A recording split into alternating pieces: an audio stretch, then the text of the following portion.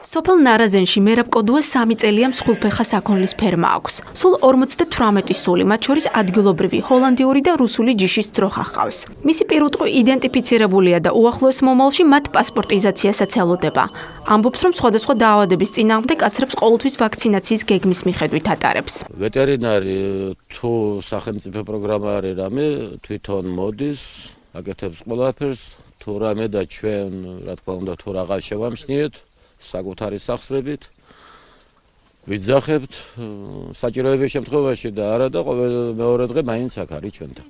მიუხედავად იმისა, რომ ლაბორატორიულად საკუთარი პროდუქცია არასოდეს შეუმოწმებია, ფერმერი მის უვნებლობაში დარწმუნებულია. იგი წარმოებულ ყოლს ზუგდიდის რამდენიმე რესტორანს აბარებს და საკუთარ მაღაზიაში ყიდის.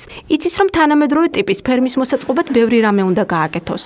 უახლოეს მომავალში საწველი აპარატისა და მუშებისთვის უნიფორმის შეძენას გეგმავს.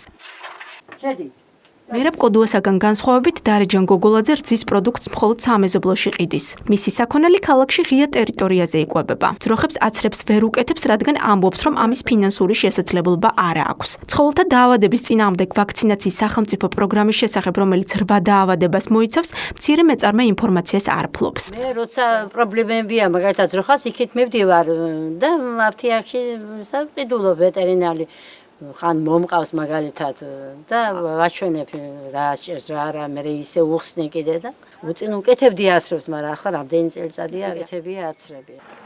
სურსათის ეროვნული სააგენტო ზუგდიდის განყოფილებაში ამბობენ, რომ სახელმწიფო პროგრამები აქტიურად ხორციელდება. თუმცა ამისთვის მოსახლეობის მზაობა ჯერჯერობით საკმარისი არ არის. ჩვენ სტრატეგიულობაში რაც შემოდის ის დაავადებები, ასე ვთქვათ, განსაკუთრებით საშიში დაავადებები, როგორიც არის ცოფი, ჯილეხი, თურქული.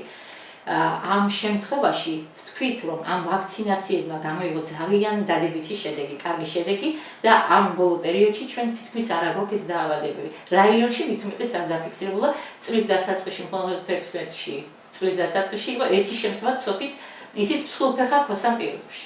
საქართველოს კანონმდებლობით გლეხის ან ოჯახური წარმოების სურსათზე სახელმწიფო კონტროლი გათვალისწინებული არ არის.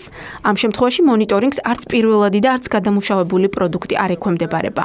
ფიზიკურ პირებს რეგულაციები 2020 წლამდე არ შეეხება.